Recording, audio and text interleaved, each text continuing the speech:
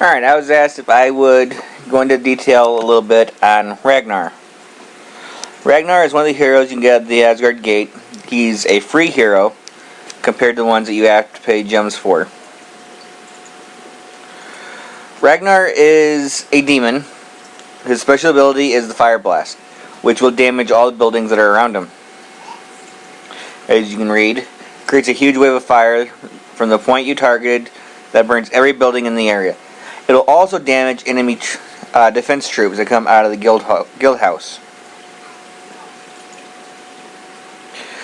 Some of the different stats that you'll find on Ragnar that you won't find on Fenrir or on Thor is that he goes berserk, kind of like what the Dwarf Warriors do. Alright, I'm going to find a village to attack real quick, and then I will show you what he does in battle. Alright, I found a suitable target. I don't attack if I see a Loki lens that is constructed. Alright, so now I'm going to find a place to attack from. And I think I am most likely going to come in from the top. Now, if you followed my videos, the archer strategy is what I'm going to start with. I'm just going to drop one archer along everything on the outside. That way I can pick up the easy kills first and not have to worry about, am I going to get 100% or not. Now what I do is I use my archers as cannon fodder. I'm going to drop them down. That way, if there's a sorcerer tower or an archer, they will go after the troops instead of Ragnar.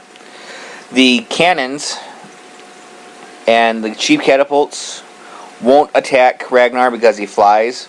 Just like your walls won't stop him from flying over. Now, however, because he flies, the pigs will attack Ragnar.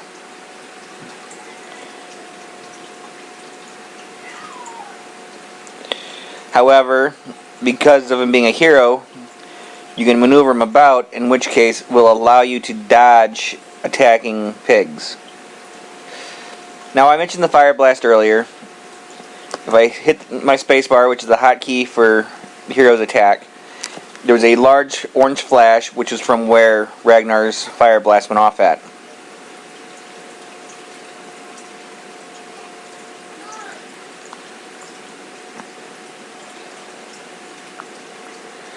And essentially, now that Ragnar's no longer with me in the game, he's just died. What I would do is I would normally take him and I would go after the town hall, or I'd go after a Loki lens if there's one available. So I'm going to drop my archers and hope for the best. Alright, this is another example of a strategy to use with Ragnar.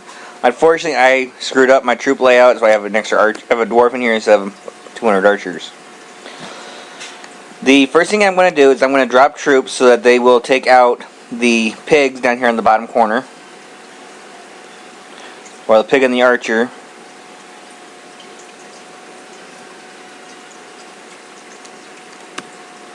Using my hotkey of E, I will grab Ragnar, drop him. My next target is going to be up here at the sorcerer tower.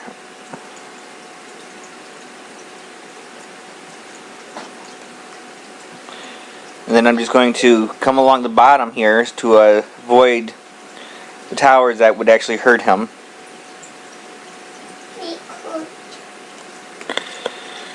Continuing to drop troops that'll take out the archer towers and the pigs.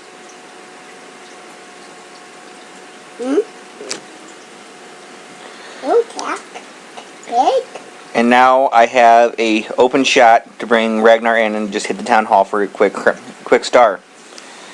This will also allow him to win the battle, give him the star, and it means that once it's done, I can move on to attack the rest of the base without having to worry about if I'm going to win or not.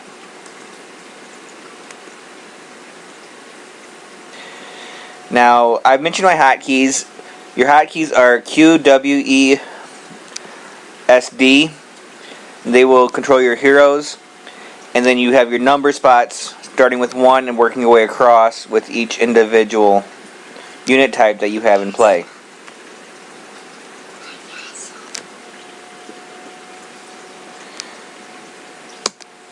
I don't normally use the fire blast too often because it takes a little bit for him to get back to shooting and be able to move again. But it does work to hit everything around it, and if it's hitting the mines of the factories, then it'll allow you to steal a bunch of gold at once instead of just a little bit for when people cluster their resources together.